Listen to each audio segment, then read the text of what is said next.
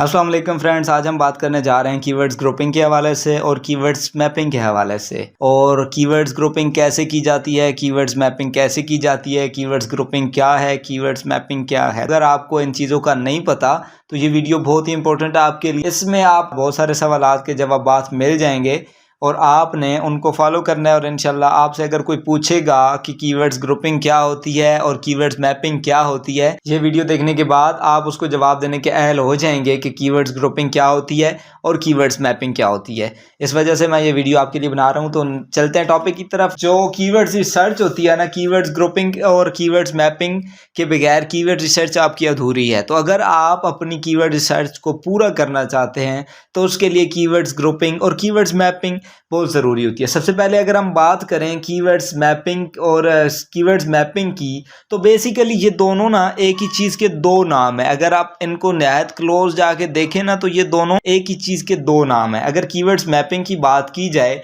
तो keywords mapping में क्या चीज़ होती है कि बहुत सारे कीवर्ड्स आपके पास जब आप फाइनलाइज कर रहे होते हैं, आपके पास कीवर्ड रिसर्च आपने की, आपके पास बहुत सारे कीवर्ड्स आ गए।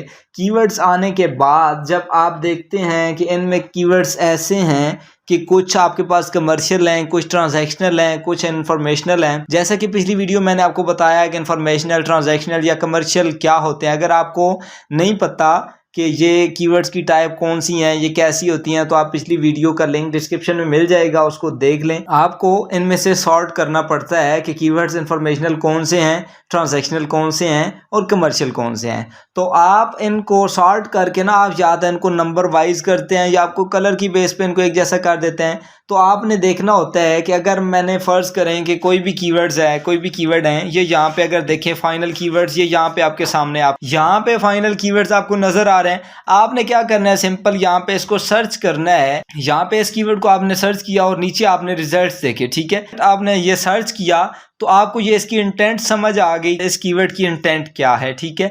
आप इससे समझ सकते हैं कि ये कीवर्ड, इसकी इंटेंट ये है कि लोग इसको सर्च इसलिए करते हैं, वीडियो प्रोडक्शन सर्विस लेना चाहते हैं। अगर हमने सिर्फ वीडियो प्रोडक्शन लिखा और साथ ये जगह का नाम लगा दिया तो ये रिजल्ट्स हमारे पास आ गए। या हम साथ इधर सर्विस, वीडियो प्रोडक्शन सर्विसेज लिखा हमने, तो साथ हमने एरिया का नाम भी लगा दिया, तो मतलब ये दोनों सेम कीवर्ड्स हैं, दोनों की इंटेंट जो है एक है, ठीक है। तो ये आपके पास, मतलब आपके पास एक कीवर्ड है ये विदाउट सर्विस वाला और दूसरा है सर्विस वाला, तो ये दोनों आपके कीवर्ड सेम हो गए। मतलब आपने इनको एक ही आर्टिकल में, एक ही पेज में आपने इनको ऐड करना है, ठीक है। तो आप एक ही पेज के लिए मैक्सिमम जो है 8 से 10 कीवर्ड निकाल सकते हैं। मैं अभी आपको प्रैक्टिकल दिखाता हूँ कि मैंने कैसे की हुई है, तो आपको समझ आ जाएगी। अगर मैं आपको यहाँ पे लाऊं तो मेरे पास ये एक लॉयर कनेक्शन की वेबसाइट आई थी, जिसके लिए मैंने कंटेंट लिखना है, उसकी कीवर्ड रिसर्च करनी है। तो उसकी तकरीबन कुछ 10 से 11 सर्विसेज हैं और उसने मुझे अपने 4 एरियाज़ बताए हैं। लोकल बिजनेस है, उसने मुझे 4 एरियाज़ बताए हैं कि मैं इन एरियाज़ में काम करता हूँ। फ्लोरिडा के जो छोटे छोटे 4 एरियाज़ हैं, उनमें साउथ फ्लोरिडा और मियामी और इसी तरह के 1-2 और भी हैं। उसने मुझे वेबसाइट दी, ब्लैंक वेबसाइट थी,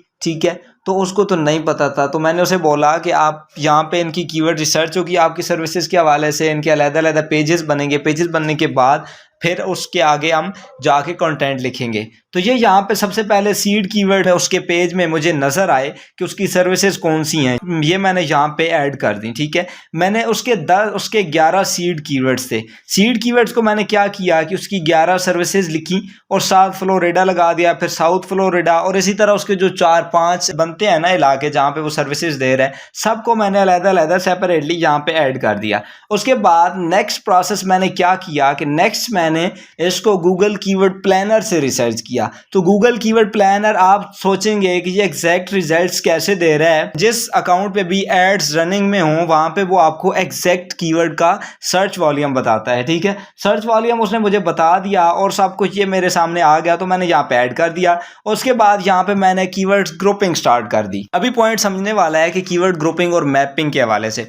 तो ये आपके सामने, ये मैंने जो मेन कीवर्ड है मेरा वो है फैमिली लॉयर। इस टैब के लिए ये एक टैब अलहदा है, ये नीचे वाली टैब अलहदा है और इस तरह ये सारी टैब्स नीचे नीचे अलग-अलग सेपरेट, मतलब स्टेप्स बने हुए हैं, ठीक है। तो हम इसको अगर देखें, फैमिली लॉयर मेरा एक कीवर्ड है उसके हवाले से मेरे पास ये कीवर्ड्स आ गए, family lawyer Miami, family lawyer attorney south Florida, और इसी तरह ये बाकी इलाकों के नाम भी आ गए। ठीक है, अगर नीचे देखा जाए personal injury lawyer attorney Florida और personal injury attorney south Florida और इसी तरह के ये हमारे सामने आ गए। अब हमने क्या करना है कि ये जो हमारे पास 4 कीवर्ड्स आ गए हैं, ठीक है, इस पेज के लिए हमारा कीवर्ड है, हमारा पेज है फैमिली लॉयर के हवाले से, तो हमारे 4 कीवर्ड्स हमारे पास आ गए जिनको हमने मज़ीद SEMrush में जाके चेक करना है या किसी और भी टूल्स में हम जाके चेक करेंगे कि जिसका कंपटीशन लो होगा और जिसकी सर्चेस ज़्यादा होंगी उसको हम मेन कीवर्ड रख लेंगे और बाकियों को हम साथ पेज में एडजस्ट कर लेंगे।